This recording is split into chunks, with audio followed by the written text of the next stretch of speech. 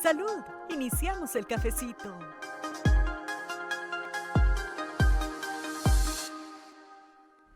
Hola, buen día. Aquí estamos iniciando el cafecito, su presentación para esta mañana del martes 13. Estoy con Tony Rodríguez, con el aroma y el sabor inconfundible del café Santo Domingo. Ya Tony fue a que le leyeran su taza porque él cree en eso. Buenos días. Le estoy oyendo. Usted quiere Sí. semantizar la fecha, pero eso como que ya pasó de moda ya. No, está Estamos loco, en otro muchacho. tiempo. No, hay muchísima gente que cree en eso, más de la que uno pueda pensar, muchísimas personas. Bueno, pero no creo que la generación de ayer le haya pasado esas, digamos, esos mitos, esas creencias a la generación actual, que está más ocupada en otras cosas, en el No, vapeo, en la Tony. juca, en la música y Oye, la poesía urbana. siempre ha existido el bien y el mal. Siempre ha existido y siempre estará presente. De manera que, por consiguiente, a través de los años, por más tecnología que tenga el mundo, habrá personas que creen en esto. Ten fe, que es así. Bueno, yo estoy consciente de que es como usted dice, pero estamos hablando de un aspecto cultural, de unas creencias, de algo que tiene que ver con numerología. O sea, en relación a los números, la gente se inventa muchos mitos y cree en cosas. Claro. Hay números para todo. Entonces, usted está insistiendo en una tradición que yo entiendo particularmente que ha perdido fuerza ya. Bueno, En la yo nueva no puedo, como nunca he estado en ese mundo, nunca he seguido eso, no sé si ha perdido fuerza o no. Pero de que yo sé que hay gente que lo practica, sí, distintas formas, no solo, yo menciono la taza, la lectura de la taza con lo que queda del café, con el dibujo que el café, con la mancha que el café deja en una taza, pero hay también con la lectura de la mano. Y hay otras prácticas también que uno quizás no conoce, pero que son prácticas milenarias que se practican en todo el mundo, incluso en países sumamente desarrollados. O sea, que esa es la realidad. Pero bueno, ¿cuáles son las actividades públicas del ministro de Educación en el día de hoy, Santiago, hoy y mañana? Bueno, oficialmente él estará en una actividad política a primera hora de esta mañana, básicamente con dirigencia del partido oficialista. Esa es una actividad, digamos, semi-privada, pero habrá muchas figuras públicas ahí presentes.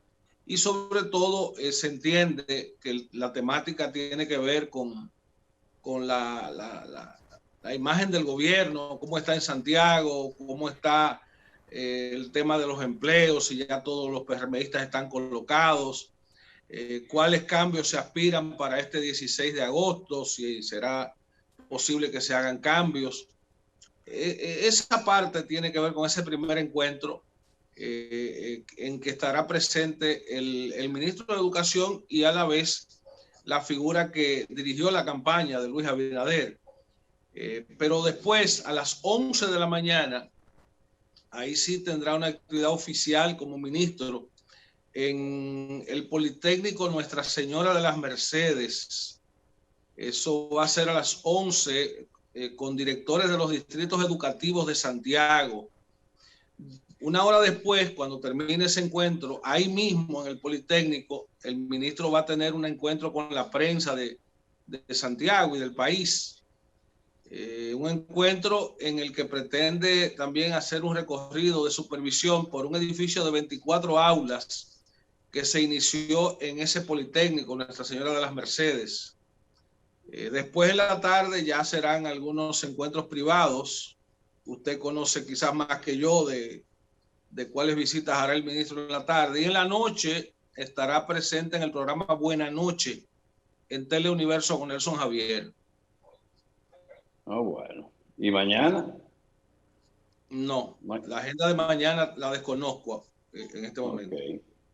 Bueno, entonces tendremos al ministro Fulcar por Santiago en el día de hoy. Tenemos un entrevistado o tenemos un invitado que todavía no está en la plataforma, pero... De seguro va a hablar de la audiencia de medida de coerción. Así es, esa es su especialidad. Jean Alain Rodríguez, que ayer sorprendió a muchos, porque uno sabe que los abogados tienen algunas estrategias, pero llenar una caja fuerte con plátanos, haciéndole una, digamos, una distracción, una burla al Ministerio Público, que esperó conseguir papeles, pruebas, evidencias, otras cosas. Yo pienso que eso más que lo fortalece, lo debilita al procurador, al ex procurador, y llevar la estrategia también de querer darle publicidad, participación a los medios de comunicación, que no lo pudo lograr, digamos, en un 100%, porque se permitió la entrada de periodistas, pero sin cámaras, sin teléfonos, sin grabadoras, para que fueran testigos de sección de lo que él iba a decir ahí en esa audiencia. ¿Y qué fue lo que dijo finalmente el procurador? O sea, él tenía una rebatiña muy, muy directa, muy personal con la procuradora Jenny Berenice Reynoso. O sea, yo insisto, yo no entiendo en qué consiste la estrategia para evitar que se cumpla con el pedido del Ministerio Público de que le dicten prisión preventiva. Bueno, eso, el comportamiento del señor Jean Alain Rodríguez ha sido bastante extraño. Ha hablado mucho más de lo que, en mi opinión, debiera hablar una persona que está siendo enjuiciada. Pero bueno, cada quien es dueño de sus actos y hay que dejar que se actúe como cada quien considere. Y también hay que medir ahí cuando se es hombre o mujer de muchos o de pocos amigos, porque parecería que lo han dejado solo. Ni sus aliados políticos del PLD, ni la misma gente que él impulsó dentro del Ministerio Público parecen ser sus aliados en este momento. Bueno, él no fue una persona muy amena, ¿no?, durante sus funciones, nada simpática. Pero bueno, cada quien es como es, lamentablemente. Pero hay otros temas también en el país, aunque todo de alguna manera está vinculado a la COVID-19, a la campaña de vacunación. Mañana comienza a normar otro sistema de toque de queda, se amplía el espacio para que las personas puedan estar hasta las 11 de la noche en la calle, de lunes a viernes, y hasta las 9, sábado y domingo. Y eso es una flexibilización que el Poder Ejecutivo ha dado con la asesoría de expertos nacionales e internacionales y los miembros del Gabinete de Salud. Yo estuve conversando ayer directamente con el doctor Daniel Rivera, quien le hizo una visita a su despacho del Palacio del Ministerio de Salud, y realmente el doctor Rivera está enfocado en todo lo que tiene que ver con las campañas masivas, en investigaciones también que se están haciendo para saber cómo es el comportamiento de una persona que ya ha sido vacunada con doble dosis, recomendando la tercera dosis, que ya él se inoculó con la tercera dosis. Yo también, contrario a la Sinovac, en el caso mío y la mayoría de las personas, la tercera dosis pues provoca una ligera molestia en el brazo escogido para la inyección, pero una molestia que pasa ya después de las 24 horas. Pero mientras se cuestiona si es o no importante la tercera dosis, hay países que dicen que sí, otros dicen que no, pero bueno, lo que no mata engorda, había un refrán que señalaba, y entonces hay que vacunarse. ¿Usted vio la analítica que se hizo en Chile en relación a los resultados de la vacuna Sinovac? Sí, Chile asegura que es muy bueno la efectividad de la vacuna. Que la verdad es bueno, pero no es absoluto. No, es que no hay ninguna, no hay ninguna vacuna. Oye, es bueno decir, no hay ninguna vacuna que garantice al 100% inmunidad. No hay ninguna vacuna. Ni la tan soñada Pfizer logra un efecto al 100% de inmunidad. Hay una que tiene una mayor efectividad, un 90 y pico, otra tiene un 80, otra tiene un 60. Sinovac es una de las que tiene menos efectividad. Pero esto es procurando que si se va a lograr un contagio, se sienta menos, que los efectos sean menores. Eso es lo que procura una vacunación. No es que garantice, no. Lo que garantiza inmunidad es un sistema inmunológico bueno de cada persona. Con una buena alimentación, ejercicio, no estar obeso. Eso es lo más importante. La vacuna es una ayuda, pero ninguna vacuna, garantiza la inmunidad al 100%.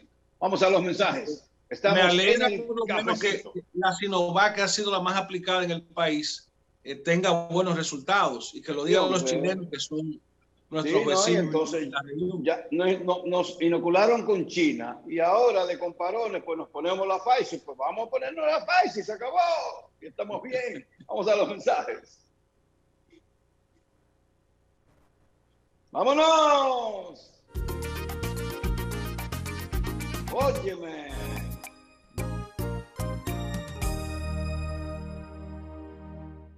Nuestro entrevistado de hoy es el abogado Pantaleón Mieses, que es experto en derecho penal y ha estado de alguna manera vinculado a la operación Medusa. Estuvo asesorando en principio al ex procurador general de la República. Pantaleón, háblanos de este caso.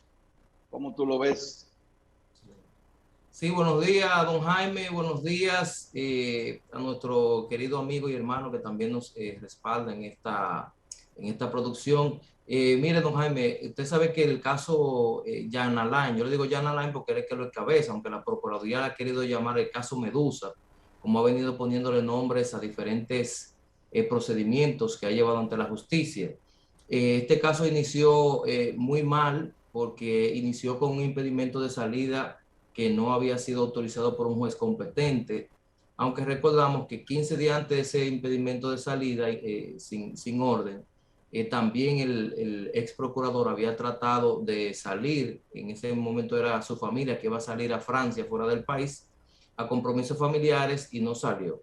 Nosotros entendíamos que en ese momento, incluso cuando le impidieron la salida del país, debió poner un habeas corpus preventivo.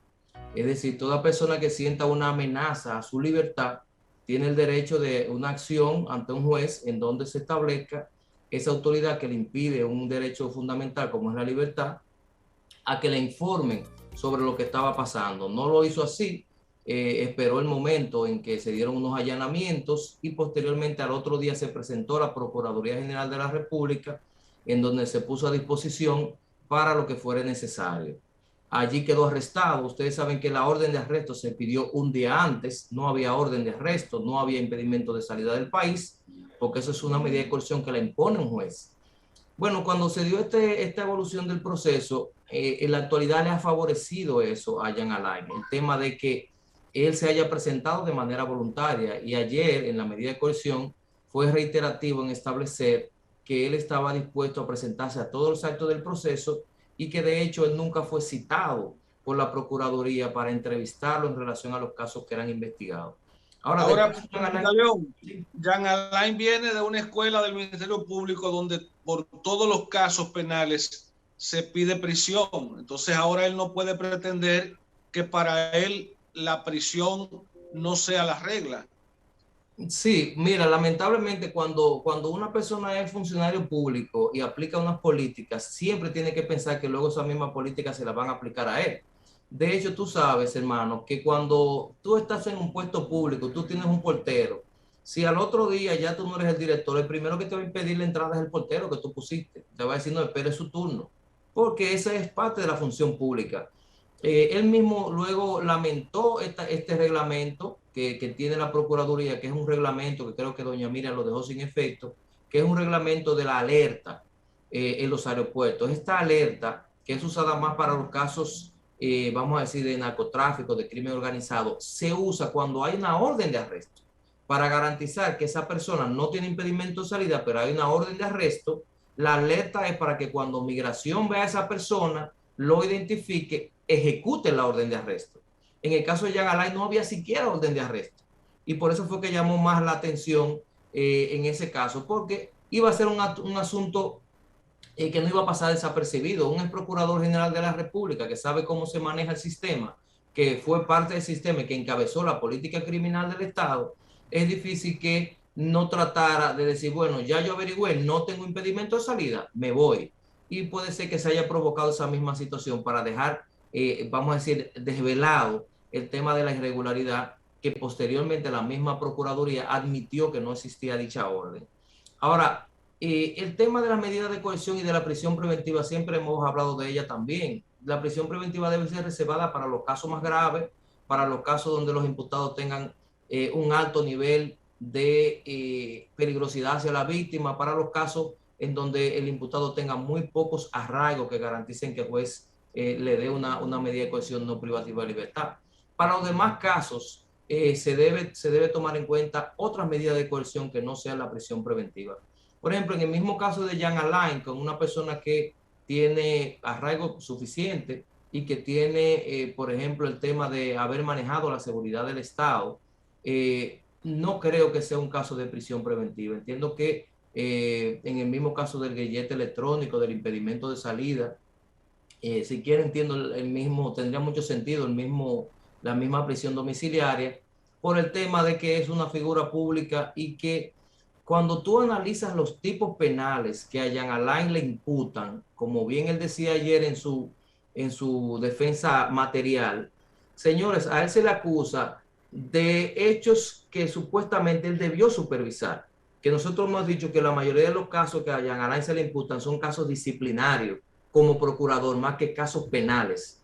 Y ese es el problema de la judicialización de la política. Cuando tú quieres judicializar los casos que son temas políticos, vas a tener eso. Y los peligros de la judicialización de la política es que si tú me trancas el mío, cuando me toca a mí, yo voy a trancar el tuyo.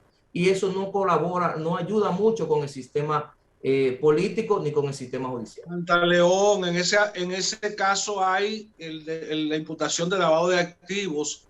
Está también la imputación de sobrevaluación de la obra La Cárcel de la Victoria. O sea, no es un expediente menor. Son 6.000 millones de pesos. Sí, pero mira qué pasa. Mira, la mayoría de esos contratos fueron licitados, fueron ganados y fueron adjudicados. Es decir, se llevó el debido proceso, número uno. Número dos, que un beneficiario, por ejemplo, no haya cumplido con lo que dice un contrato, eso tiene como consecuencia una demanda de incumplimiento de contrato. Los peligros de esto, señores, es que se quiera penalizar todos los procesos. Nosotros tenemos una inflación punitiva. Si el sistema de consecuencias administrativas funcionara, nosotros no tuviéramos un espectáculo de medidas de coerción con casos que son prácticamente disciplinarios y de tipo administrativo, porque nosotros tenemos una ley de función pública, tenemos una ley de administración pública, tenemos una ley de compras y contrataciones. Pero ¿qué se quiere hacer con ese grupo de leyes, señores? Los mismos peligros que han pasado en Perú y que han pasado en otros países, que han querido penalizar a los funcionarios. Nadie va a querer ser funcionario de la República Dominicana mientras tú tengas un sistema de consecuencias que no es administrativo, por ejemplo, el manejo que hace un tercero frente al mismo titular, termina siendo supuestamente un caso penal. Yo he sido abogado de 7 fiscales. De esos 7 fiscales hay 2 que han desvinculado y hay 5 que han tenido que poner en su puesto. ¿Y cuál ha sido la imputación disciplinaria? Bueno, que por ejemplo el encargado del control de evidencia entregó un vehículo, lo asignó sin decirle al titular. Ese titular lo sancionan porque debe supervigilar al encargado de control de evidencia. Pero usted no puede decir que es una coalición de funcionarios. Usted no puede decir que eso es una asociación de malhechores, señores. Entonces, se quiere judicializar el tema político hacia el sistema judicial. ¿Cuál es la peor de esto, señores? Lo peor de esto es que se le pida al sistema más débil de los 3. O sea, tú tienes el poder ejecutivo, el poder legislativo y judicial. El poder legislativo y el ejecutivo hacen hechos y tú le tiras toda esa presión al poder judicial. Mira, resuélveme eso. Trácame a fulano. Ay, del que no dé una prisión preventiva en ese caso.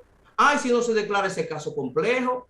¿Qué terminan diciendo los jueces? Lo que está pasando en Odebrecht. ¿Qué está pasando en Odebrecht? Sacando pruebas, desvinculando personas que supuestamente eran pruebas que en la expectativa del Ministerio Público estaban en la acusación. Doña Miriam dijo, ese proceso no tiene razón de ser, no tiene futuro para lograr una condena en el tiempo, en el corto tiempo. Mejor en ese caso no mejoró. La suerte del caso de Brecht, señor, ustedes saben que es una sentencia absolutoria de la mayoría de los imputados, por no decir a todos, porque ahora también el tema de imputar es muy fácil, pero probar es difícil. Es decir, tú le pones lavado de activos es que te dicen a ti, mira, esto es tuyo, demuéstrame que esto es tuyo y cómo tú lo adquiriste. No, demuéstrame tú que es ilícito, porque es muy fácil tú decir, ¿de dónde tú sacaste ese vehículo? No, dime tú, ¿qué prueba tú tienes? O sea, ¿cuál es el delito precedente? ¿De dónde tú dices que yo lo tuve de manera ilícita? O sea, en principio hay una presunción de inocencia, eso es mío, y usted tiene que demostrarme lo contrario. Coalición de funcionarios, que dos gente actuaron en un mismo acto y como se pusieron de acuerdo, eso es coalición de funcionarios. Asociación de malhechores, que fueron una o dos más personas. Fíjense, señores, que hay un guión. El caso Medusa tiene los mismos tipos penales. El caso Coral tiene los mismos tipos penales. O sea, el mismo modo operandi del Ministerio Público en todos esos casos es coincidente.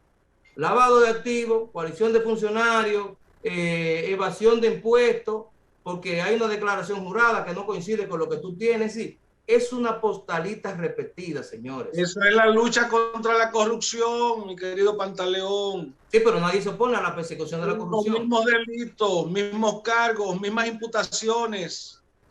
Sí, sí. Mismos corruptos. Sí, pero nadie se opone a la persecución de la corrupción. Ahora, lo que nosotros decimos es que esta persecución no debe ser selectiva. Esta persecución, dijeron a todas, ¿verdad? Dijeron a todos. No es que tú me hagas una selección de proceso, el que más te gusta, el más bonito, y vamos a someter porque así no.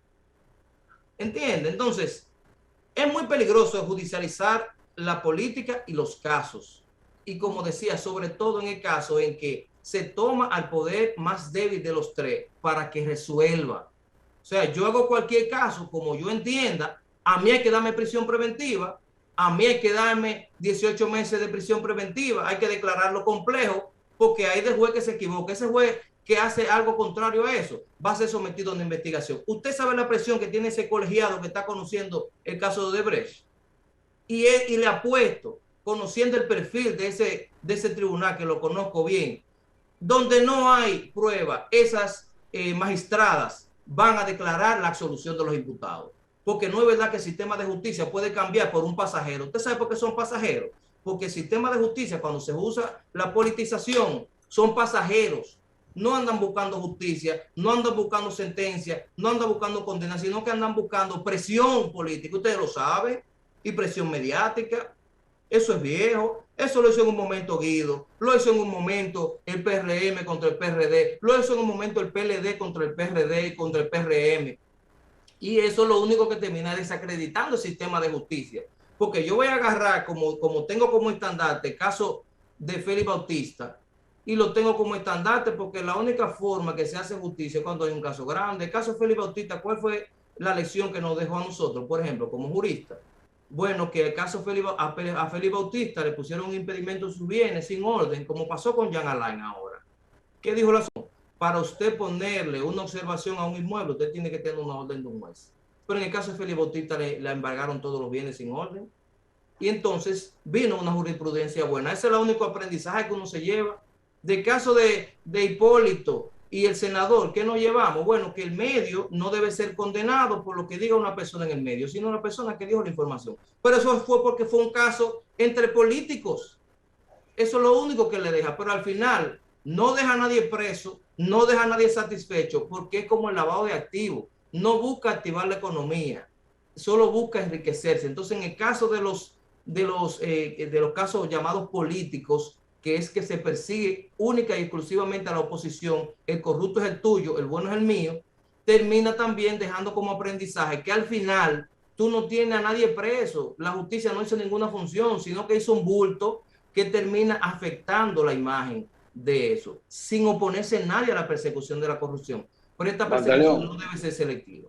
Una última pregunta por falta de tiempo. ¿Todos los involucrados en el caso de Jean Alain podrían recibir medidas de coerción, prisión como medida? ¿Todos?